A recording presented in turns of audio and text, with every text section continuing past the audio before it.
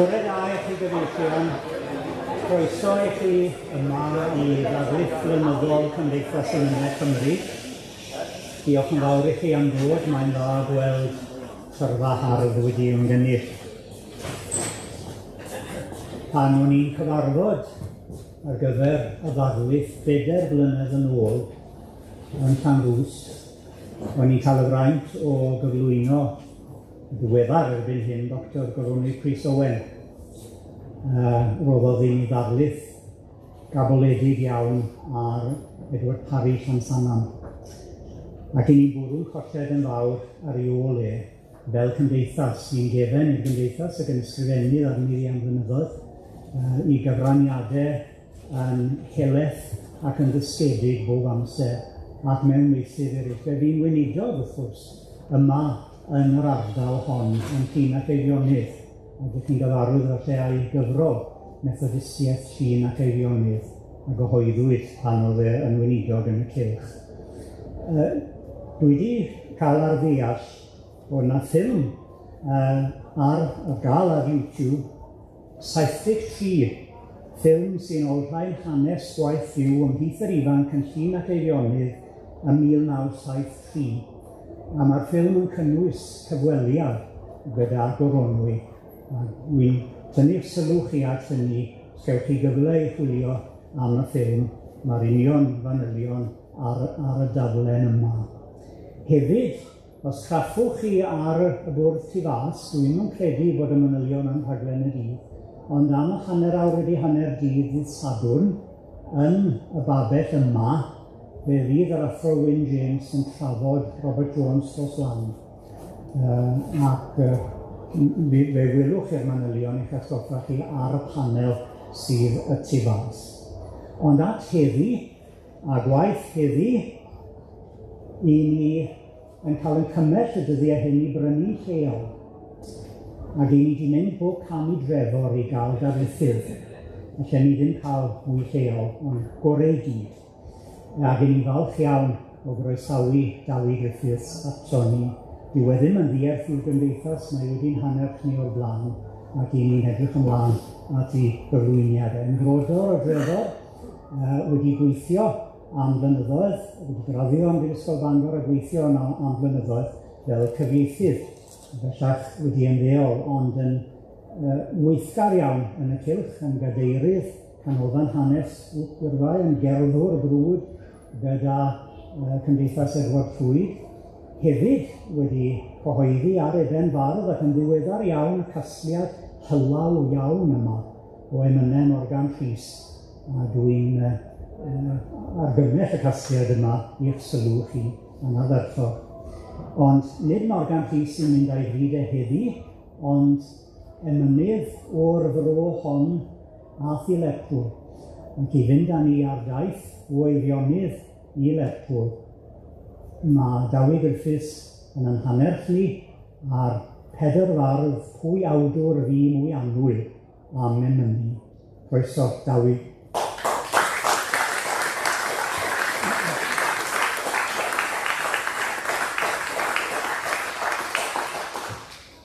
Diolch o galon y fideo am y cyflwyniad yna. Diolch o galon i chi am eich croeso. A croeso i chi thai i gyd yma yn dda i ni weld pob un o hwnna chi. Beth bynnag pan nes i dderbyn y gwahoddiad caredig yma gen Gymdeithas Emynau Cymru i draddodi'r ddarlith yn y Steddfod leni. Y mwriad gwreiddiol i a deud y gwir oedd yn drin yn weddol gyffredinol ac emynwyr dros Steddfod, Llŷn ac Eifionydd, a hynny dros gyfnod o ryw 2 ganrif a hanner. Bu'n iawn fod bynnag nes i sylweddoli mae tasg anodd, os nad yn wir cwbl amhosib bydda honno o fewn cyfyniadau ryw 20 munud 3/4 awr. Ac y galla sgwrs felly fynd yn hynod gatalogaeth a thamithiog. A dyma benderfynu felly hoeliodd y sylw ar Emynau, un o'r crefftwyr emynyddol mwyaf dawnus yn sicr a gynhyrchodd yr ardaloedd yma, sef Peter Jones, Pedr Fardd. A pan anwyd Pedr ymwthyn clodaeth Tran'r Ogof, ar lethrag ar bob Emynau ym Medi 1775. Fe darddai dwy ffrwd bwysig o ddiwylliant yn ei ddionnydd, sef y diwylliant grefyddol ymddeilluol, ac ar y llaw arall y diwylliant barddol traddodiadol oedd wedi hen wreiddio yn y fro. Ac amhosib ydy deall personoliaeth y gwaith Pedr Fardd, nag unrhyw un arall gwaith o ddeir amlwg ei ddionnydd sy'n mynd i hynny, ond yn oleuni y dylanwadau yma. Dyma'r graig y naddwyd hwy ohoni, ac yn ei gweithio fe weli'r colwm a nato rhwng ffrwd y canu traddodiadol ar y naill law, a diwinyddiaeth efengylaeth y grefydd newydd fel ei gelwyd ar y llaw arall. Ac ar ei aelwyd yn Hanerogo, fe ddeithwyd Pedr o'r dechrau yn y ddau graddodiad yma, oherwydd mi roedd ei dad, William Jesus, yn fardd bro pur ddiheig, efo crap pur dda a sownd ar y cynganeddion. A Hanerogo hefyd oedd cartra cyntaf Methodistiaeth yn y garn, ac fe fu i nifer o seraffiaid amlyca y de a'r gogledd bendithio'r aelwyd ac amal i oedfa ddrwg. Ond cyfoethocad ydoedd ei ddionnydd yn ysbrydol a barddonol, pur blodaidd ydoedd hi'n faterol yn sicr yn ystod y blynyddoedd hynny. Fe deimlodd Pedr Fardd ynta mae'n fwy na thebyg y pangau fel canodd Dawi Wyn o fod eisiau rhannu'r un rhwng y naw. A phan oedd o oddeutu 22 oed fe drodd Pedr i olygon at feca i ieuenctid Gogledd Cymru'r dyddiau hynny, sef porthladd y dinas Lerpwl. Ei ddionnydd y beirdd archigethwyr yn sicr wnaethurfio i gymeriad, ond yn rhif ddinas Gogledd Cymru fel ei gelwyd, yno ymagodd o deulu, y gweithio ac y cyfansoddodd i liaws gweithio caeth a hyd. Yno buodd o'n byw hyd i farwolaeth yn 1845, gan fod yn ffigwr pur amlwg a pharchus ymhlith Cymdeithas Gymreig Glan Amersi. Yn fuan ar ôl iddo gyrraedd y ddinas, fe'i hetholwyd yn flaenor yng Nghapel Pall Mall, y capel Cymraeg cyntaf i gael ei sefydlu yn Lerpwl. Fe fuodd o yn weithiwr diwyd iawn yn yr eglwys yno, yn enwedig fel athro ysgol Sul a chodwr canu. Ac yn wir, ar gyfer Cymdeithasfawyd y Methodistiaid yn Lerpwl, ac i hybu canu yn yr ysgol Sul yn neilltuol, y cyfansoddodd o amryw o'r 40 i'r agor o emynau o'i waith sydd wedi diogelu. Fe gyhoeddwyd nifer o'r emynau hynny yn bamffledi bychan, cynnwys rhyw 80 o emynau bamffledi bych sydd yn hynod anodd cagafol arnyn nhw erbyn hyn. Ond yna, ym 1830, fe gyhoeddodd o gasgliad pur gyflawn o'i emynau dan y teitl Crynoad o Emynau, a ei Emynau yn cael ei ddefnyddio yn aml iawn yn y cyfnod hwnnw. Beth bynnag, mae hwn eto, os oes gennych chi gopio hwnnw fod ydych chi'n breintiedig, dwi'n siŵr oherwydd mae o yn brin tu hwnt. Ac mae yna 2 rhan i'r llyfr. Yn y rhan gyntaf, da ni'n cael 80 o emynau ar amrywiol destunau. Yna, 60 yn seiliedig ar benodau o hyfforddwr sydd yn yr ail rhan, ac wedyn 19 emyn cenhadol yn y rhan ola. Ac mae'r holl ddyfyniadau y byddai'n cyfeirio atyn nhw yn y sgwrs yma yn dŵad o'r Crynoad 1830. A mae Pedr Fardd yn perthyn i ail do y diwygiad Methodistaidd, i ail do emynwyr y diwygiad Methodistaidd, yn cyd-oesi hefo gwir amlwg megis Edward Jones maes y Plwm yn Ffrin Clwyd, Thomas Jones o Ddimbach, John Elias, ac un arall o gewri yr ardal yma, da ni wedi clywed sôn amdano fod yn dipyn eisoes wythnos yma, ac i glywed mwy eto heddiw yma, sef Robert ap Gwilym Ddu. A cyfnod o ymgadarnhau, o sefydlogi, ac o ddiffinio athrawniaeth oedd hwn ymysg y Methodistiaid. Yn sicr doedd grym angerddol ac arloesol diwygiadau mawr y 19fed ganrif ddim wedi diffod o bell ffordd. Ond mi roedd y teimladau gwilydd hynny, a baroedd yn debyg chwyldro fwyaf Cymru modern. Mi roedd y rheini wedi oeri cyn dipyn erbyn y gwelodd y 4eg ganrif ar 15 ola dydd. A mi roedd Pedr Fardd yn ddyn canol oed, mae'n rhaid cofio, pan dorrodd y Methodistiaid reffynna olau cysylltiad ar Eglwys Wledol yn 1811.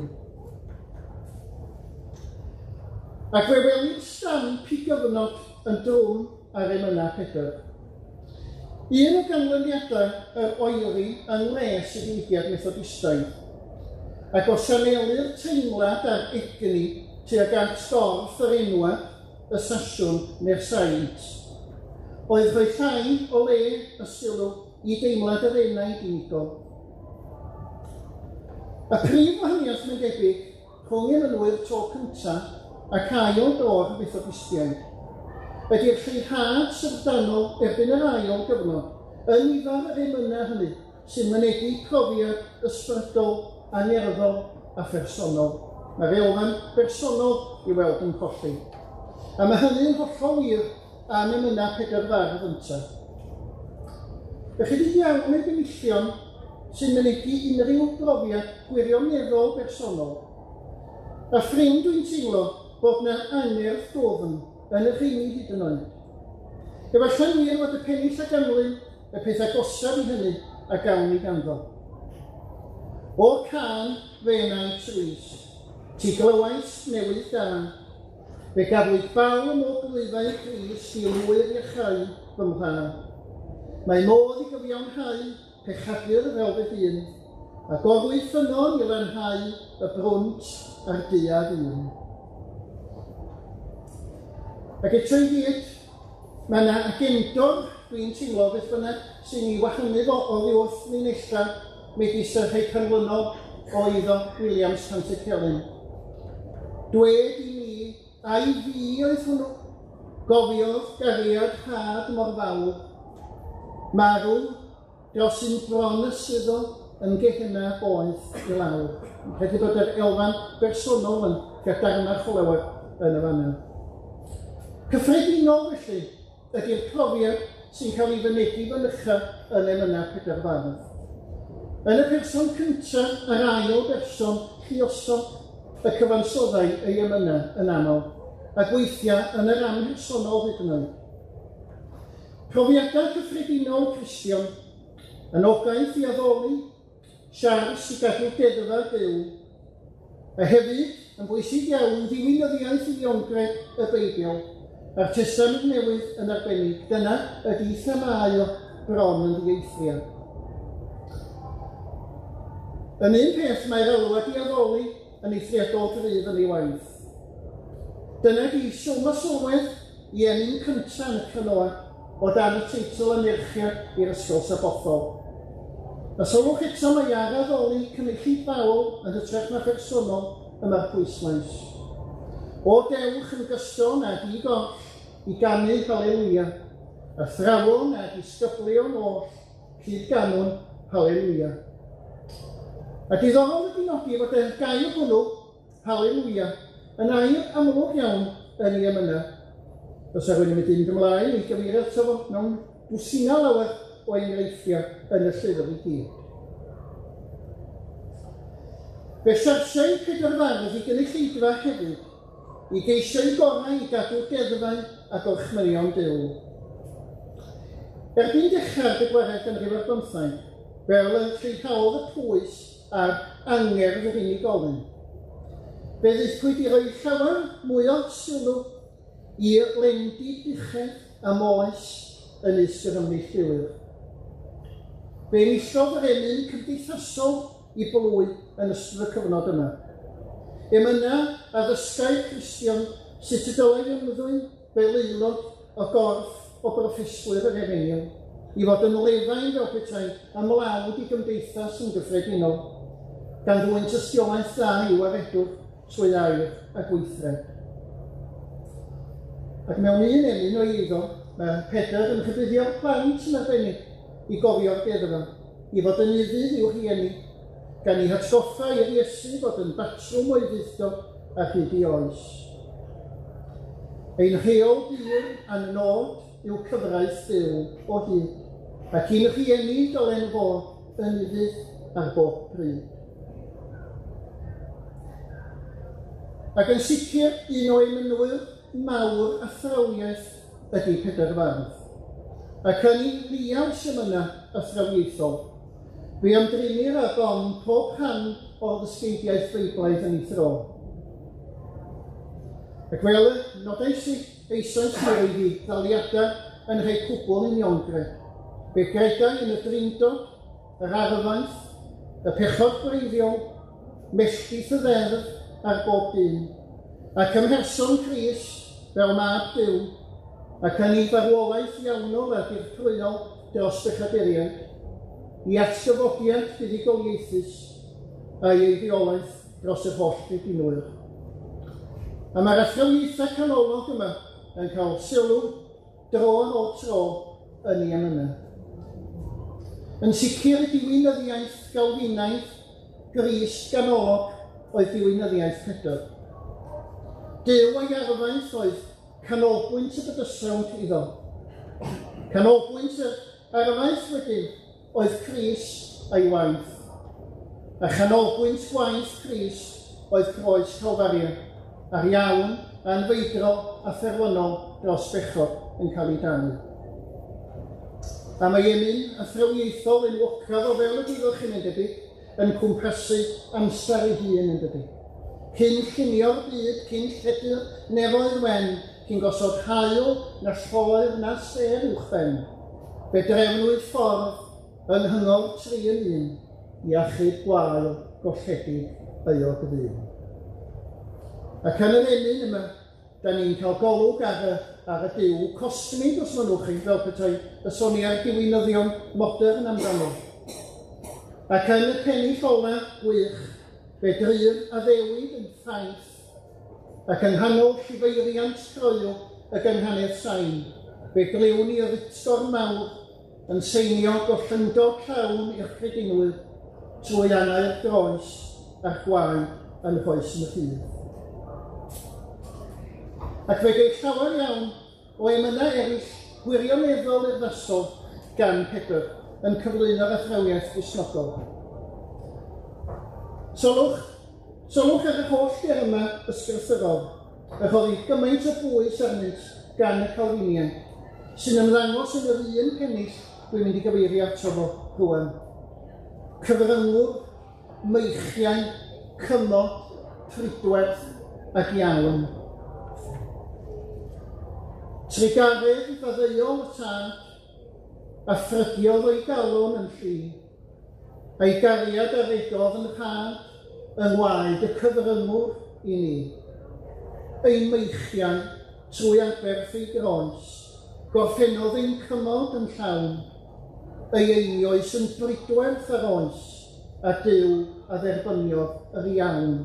Mae'r holl derma yna mewn un pennill cyfoethog o'i eiddo. Ac bod hi'n amlwg mai diwinydd Calfinaidd oedd Pedr, eto mi roedd hi ddaliadau yn rhai pur gymhedrol. Dyma flynyddodd wrth gwrs dadlau poeth rhwng yr uchel Galfiniaid ar un llaw a'r blaid gymhedrol ar y llaw arall. Ond dydi o ddim yn ymddangos i Pedr Fardd beth bynnag gymryd rhan amlwg beth bynnag yn yr ymgecru yma. Mewn un emyn yn y Cronoa, mae o'n mynegu i gred mewn etholigaeth un o feini pwysica y Calfiniaid wrth gwrs. Mae o'n mynegu i gred mewn etholigaeth yn byr amlwg. Crist osodwyd gan y tad yn ben i'r etholedig had. Mewn arfaeth gadael iddo'r oes ei bobl i'w prynu ar y groes. Ac eto i gyd, mewn aml i linell, bron y tydion dweud y bydd pawb yn gadwedig yn y diwedd, a bod digon o fynd yn iawn Crist i gyfiawnhau pob dyn ger bron Duw, os dyna i wyllus yr adwydd. Meddaf o'n un o'i emynau enwoca, darparwyd iechawdwriaeth ra ddigonol i bob rhain. Ac yn ei emynau cynhadol wedyn, fe wela'r bydd yn dod pryd y byddai pob grin yn plygu i Gris. Moliannu'r oen fydd tôn pob iaith, meddwl o'n i'n llinell, ac mewn cwpled arall mae o'n deud fel y ganlyn, y moddyn y ffordd tua Sion, y bydd ei drigolion i gyd.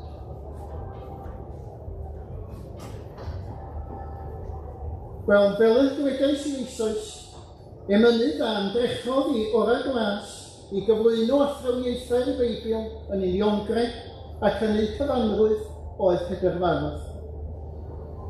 A fel sy'n rhywun i disgwyl, o ganlyniad i'w bori mynych yn yr ysgrythyr. Fysa rhywun i ddim yn synnu nesaf fod yma droddion ac weithiau adnodau cyfain ohono yn hwym o lithro i waith. A dyna da ni'n weld yn waith Pedr Fardd dro ar ôl tro, oherwydd mae chychwant i gyfeiriadaeth feiblaidd o yn eang ac yn gyfoethog tu hwnt. Mae'n gyfeiriadaeth sydd yn pontio'r Beibl i gyd o Genesis i'r datguddiad yn sicr. A does a ddim amser bore yma i fynd ar ôl i gyfeiriadaeth feiblaidd o, ond mae hi yn nodedig o gyfoethog. Jyst i roi un neu ddwy o enghreifftiau i chi. Fe ddeir ar draws ambell garreg o chwaral y Beibl yn ei emyn adnabyddus darparwyd iechawdwriaeth ran. Fe geir cyfeiriadau yn yr emyn yma at Falm o Gilead ac at Agor Ffynon Erglanhad. O lyfrau, Daniel ac Eseia wedyn y daw cyfeiriadau at Assyria, yr Aifft ac Ethiopia yn ei emyn cynhadol dawilaeth ar ddarfod amdanynt o hen wlad Assyria cyn hir. Ac wedyn trwy chwilota ymysg plygion llaeth Galernad Jeremia y daeth o ar draws yr ymadrodd dwyn yr iawn a welir yn ei emyn plant cysegrwn blynffrwydd dyddiau'n hoes. A felly mynd ymlaen ac ymlaen i'r estru cyfeiriadau cyffelu.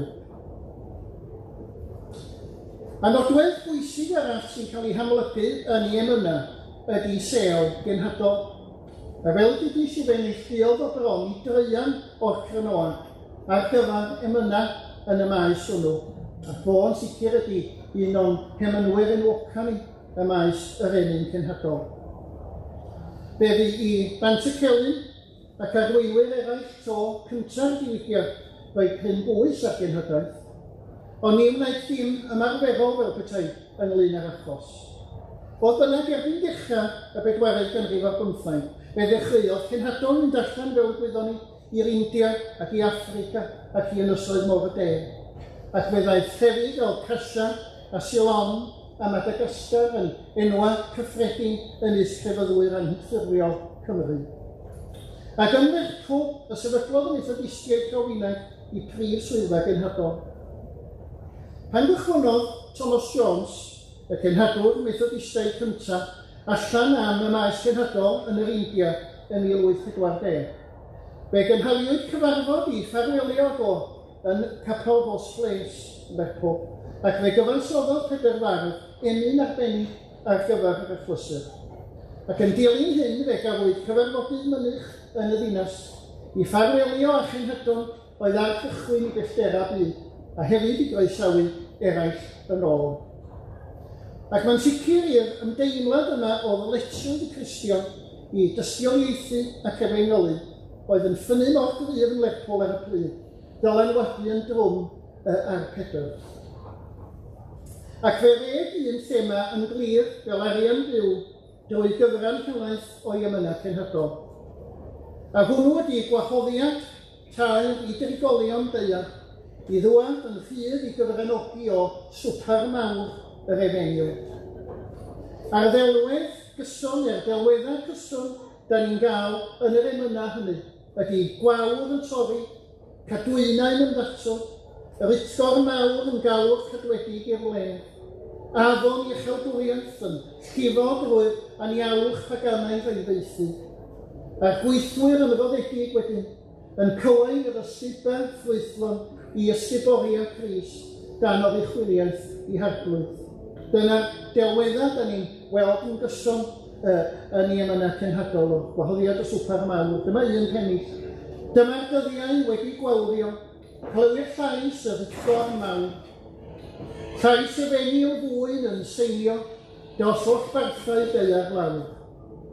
A mae'r swper heddiw'n barod, allan a'i cenhadon her, a chymhellir pawb iddo fo, mae cyflawnder yn y blaen.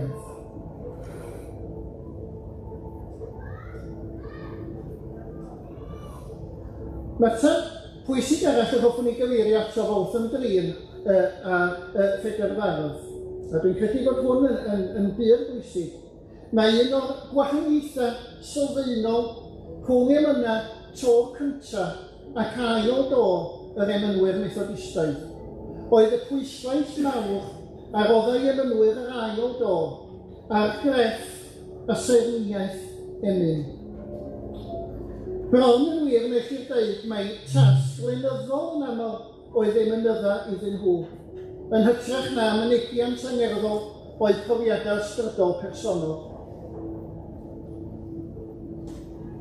Erbyn emynau ail do, fe ddiflannodd ymadroddion tafodieithol lleol, cywasgiadau'r iaith lafar, a chyrchiniadau pur erchyll yn aml yn wir o eiriau Saesneg. Fe ddiflannodd y rhain bron yn llwyr o weithiau yr ail do.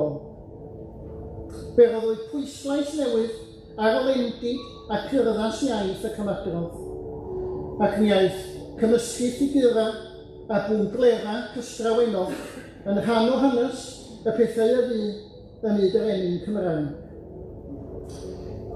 Fe ddechreu'r gwisgo'r emynau a sudana cynghanedd a codol fewnol a chyrch. Ac mae'n rhaid cydnabod mai yn ystod hanner cwta y bedwaredd ganrif ar 15, y lluniwyd yr emynau mwyaf crefftus yn y Gymraeg. Hon oedd oes air y crefftwyr mirain hynny, a llagloddio perla o adnoddau'r iaith, a rhoi sglaen a stamp yr hen draddodiad barddol arnyn nhw yn ogystal. Ac fe sair Pedr Fardd yn uchel iawn yn ei plith. Yn sicr, sair geiriau oedd Pedr Fardd. Gŵr oedd yn fyny clywed pob pennill yn canu, a phob emyn yn llifo'n hwydd, gyda swyddogaeth arbennig i bob gang yng nghyfanrwydd llenyddol y gwaith. Ac yn sicr mae yna fynd fel gwyddoniau canu nhw'n does. Mae yna fynd, mae yna dipyn o swing fel petai, yn y mwyafrif o emynau y Crynoa, gyda dewis iaith o wahanol fesurau yn ogystal ar gyfer canu cyfieithu fawr. Un nodwedd da ni'n weld yn amlwg iawn yn ei emynau o ran serniaeth ydy'r odol fewnol, ac mae'r ddyfais hon eto yn hyrwyddo y llithrigrwydd cyffredinol sydd yn ei waith. Enghraifft, y pennill yma, ar y foren trydydd dydd, fe ddaeth y meichiau'n rhydd, ein prynwr sydd yn awr yn fyw. Mae agoriadau'r bedd wrth wregys brenin hedd, a gwirell tifedd pob peth yw. Ac mi roedd Pedr hefyd yn un o gynganeddwyr mwyaf crefftus i oes fe. Gyfansoddodd o'n ogystal ni emynau, lawer iawn o weithiau yn awdla ac yn gywydda yn y mesurau caeth, ac mi gafodd o gryn fri eisteddfodol gyda rhai ohonyn nhw. Oedd fydd o'n sicr yn un o gynganeddwyr mwyaf medrus i gyfnod. Ac fe gwyd y gynghanedd sain bron yn ddieithriad, i phen mewn amryw o emynau. Ac yn ôl T.C. Lewis, mewn ymdriniaeth ar emynau Pedr, yn y drysorfa am 1931. Fel hyn mae'n dweud, nid paent na ffawdwr i wneithio'r rhager yn hardd yw'r gynghanedd ganddo, ond hanfodol o harddwch y gwirionedd a fynegau. Dwi'n credu bod hwnna, diwedd y frawddeg yna yn bwysig iawn, rhan hanfodol o harddwch y gwirionedd a fynegau. A'i emyn cynnyneddol enwoca, ac un o'r emynau gorau'r iaith yn sicr o ran ei grefft yn y marn ni, ydy'r un sy'n agor ar llinella, cyfarwydd iawn i chi gyd yn siŵr. Daeth ffrydiau melys iawn yn llawn fel lli o ffrwyth yr arfaeth fawr yn awr i ni.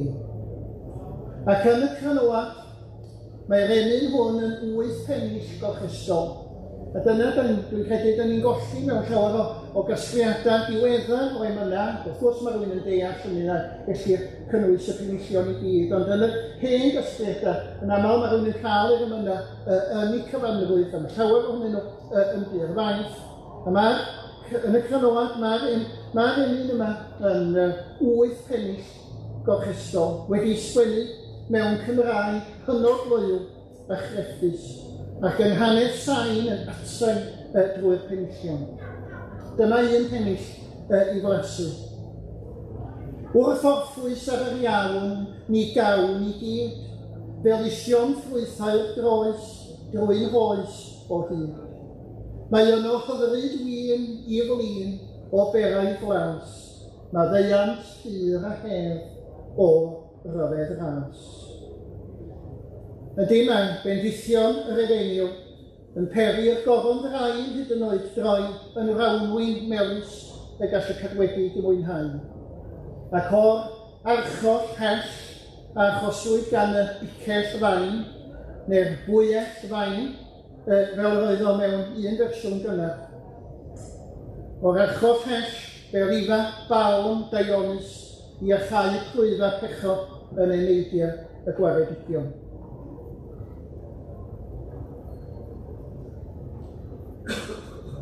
Wel, ychydig iawn o ddiwygio a thocio a fu ar emynau Pedr Fardd gan ddwylo golygyddion. Oherwydd yn syml iawn, doedd na ddim gwaith diwygio arnyn nhw. Gyda'i gaeth a'i cystrawen byr, i saerniaeth, gywrain a'i diwinyddiaeth eglur. Mi roedden nhw yn llifo yn islwyth ac yn ddirwystyr i gasgliadau emynau heb ofni twcar golygydd o gwbl. A mae rhaid i ni gofio, fel nes i gyfeirio, mi roedd Pedr Fardd yn saer geiriau arbennig iawn. Mi roedd ganddo glys i ymdeimlo a irddas a chywirdeb iaith. Ac mi roedd o yn sicr yn feirniad llym ar ei waith ei hun, ac fe gabolau ei emynau yn fynych gan anelu Gymdeithas iechyd at sberffeithlyd yn y pen draw. Ac yn ei gyfrol, a gosodwyd ar y flaen rhestr emynwyr y gogledd, sydd yn dipyn o ddeud ynddo, ond yn ddeud digon teg y chywir mi gredai. Ac fe dysgia llinella cofiadwy gwilyn hiraethol gyntaf, bod emynau yr hen allbyd o'r garn yn byr agos at ei galon yntaf. Pedr Fardd, pwy awdur fu, mwy anwyl am emynu. Sai ei glod ansigladwy, bro Gwynedd, ni fedd ei fwy. Diolch yn Cymru.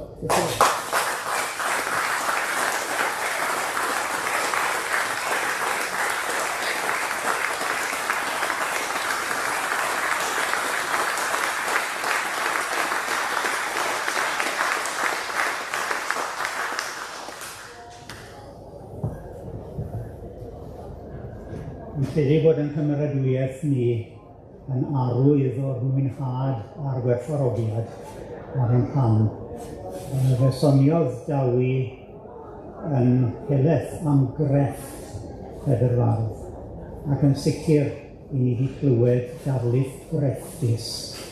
Grefftus o ran iaith yn grefftus o ran ei chynnwys. Ni'n edrych ymlaen yn fawr at gael ei darllen hi pan fydd hi'n cael ei chyhoeddi. Diolch o galon i chi, Dawi, i chi wedi anrhydeddu'r Gymdeithas a anrhydeddu ni a'r cyflwyniad bore heddi. Mi'n gweld yn ôl y rhaglen bod ni'n ildio'n lle i fawrio'n llywodraeth gyda'r y cyfarfod nesaf. Dwi'n mawr obeithio bydd eu trafodaeth nhw mor grefftus ac un nhw wedi gwybod. Diolch yn fawr i chi.